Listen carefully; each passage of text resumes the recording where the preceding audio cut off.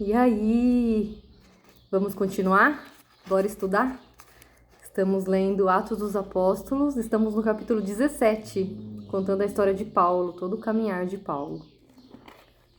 Hoje o capítulo 17 tem como título Paulo e Silas em Tessalônica.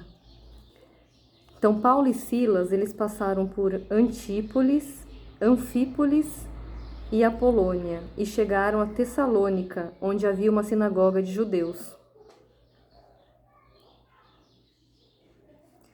Paulo dirigiu-se a eles segundo o seu costume e por 3 sábados disputou com eles, quer dizer, ficou pregando na sinagoga, disputando com eles.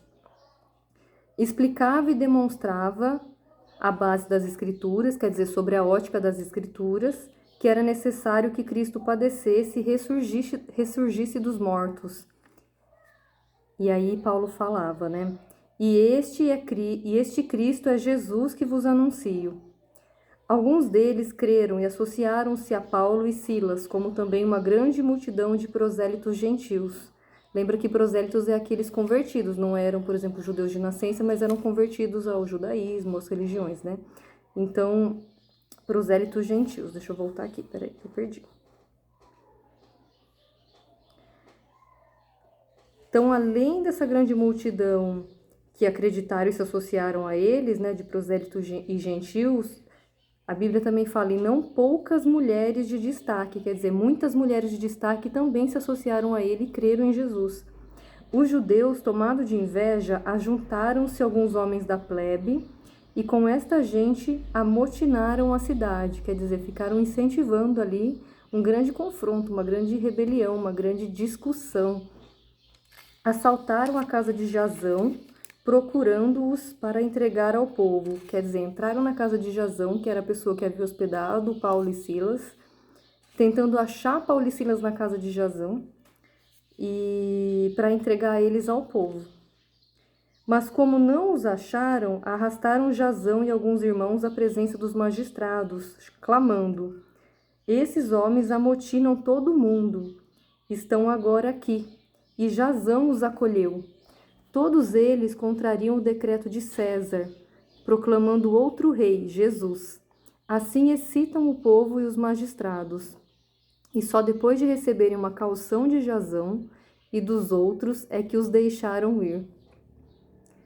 Logo que se fez noite, os irmãos enviaram Paulo e Silas para Bereia, devido à confusão, né? Quando ali chegaram, entraram na sinagoga dos judeus. Estes eram mais nobres do que os da Tessalônica e receberam a palavra com ansioso desejo, indagando todos os dias nas Escrituras se essas coisas eram de fato assim.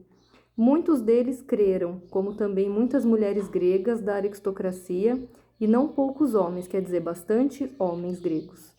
Mas os judeus da Tessalônica, sabendo que também em Bereia tinha sido pregada por Paulo a palavra de Deus, foram para lá agitar e sublevar o povo, quer dizer, armar contra eles, né? Então o irmão fizeram que Paulo se retirasse e foram até o mar, ao passo que Silas e Timóteo ficaram ali. Os que conduziram Paulo levaram-no até Atenas. De lá voltaram e transmitiram para Silas e Timóteo a ordem que fossem ter com ele o mais cedo possível. Enquanto Paulo os esperava em Atenas, à vista da cidade entregue à idolatria, o seu coração enchia-se de amargura. Disputava na sinagoga com os judeus e prosélitos, e todos os dias na praça com os que ali se encontravam. Alguns filósofos epicureus, quer dizer, Epícuros eu até fiz uma anotação para vocês, né? Era um filósofo grego antes de Cristo. Então, seguidores de Epícuros, né, epicureus, e estoicos. Estoicos também eram seguidores do estoicismo, que também foi uma corrente filosófica antes de Cristo. E essa corrente filosófica, ela é originada do helenismo, que a gente já falou aqui também em capítulos anteriores. Diziam uns: que quer dizer esse tagarela? Outros: parece que é pregador de novos deuses, pois lhe anunciava Jesus e a ressurreição. E aqui tem uma explicação no versículo, no rodapé bíblico, que fala que ressurreição A palavra grega para ressurreição era anastasis, que podia ser interpretada pelos pagãos como sendo o nome de uma divindade. Então isso criava muita confusão. Tomaram-no consigo e levaram ao Areópago. Então pegaram Paulo e levaram para o Areópago. O que é isso? É uma colina um pouco apartada onde se reunia antigamente o tribunal deste nome, ou então o próprio tribunal. Então levaram ele para um tribunal para fazer questionamentos. E quando levaram para lá, perguntaram para ele o seguinte: podemos saber que doutrina é essa que pregas? Pois que nos traz aos ouvidos nos parece muito estranho. Queremos saber o que vem ser isso. Ora, como se sabe, todos os atenienses e os forasteiros que ali se fixaram não se ocupavam de outra coisa senão a dizer ou de ouvir as últimas novidades. Paulo, em pé, no meio do Areópago, disse: homens de Atenas, em tudo vos vejo muitíssimos religiosos. Percorrendo a cidade, considerando os monumentos do vosso culto, encontrei também um altar com essa inscrição: um Deus desconhecido. O que adorais sem o conhecer, eu vos anuncio. O Deus que fez o mundo e tudo que nele há.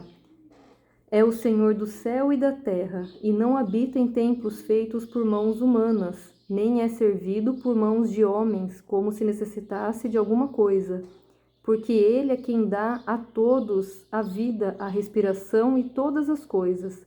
Ele fez nascer de um só homem todo o gênero humano, para que habitasse sobre a face da terra. Fixou os povos, os tempos e os limites da sua habitação, tudo isso para que procurem a Deus e se esforcem por encontrá-lo, como que as apalpadelas, pois na verdade ele não está longe de cada um de nós. Porque é nele que temos a vida, o movimento e o ser, como até alguns de vossos poetas disseram, nós somos também da sua raça. Se somos, pois, da raça de Deus, não devemos pensar que a divindade é semelhante ao ouro, à prata ou à pedra lavada por arte e gênio dos homens.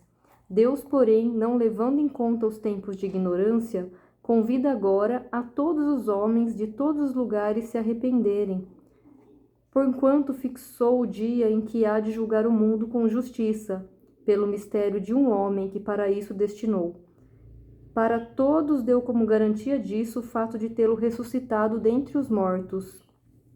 Quando ouviram falar de ressurreição dos mortos, uns zombavam e outros diziam: a respeito disso, te ouviremos outra vez.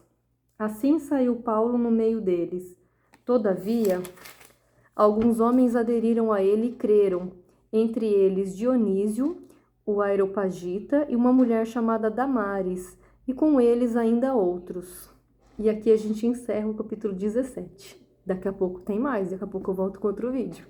Até mais!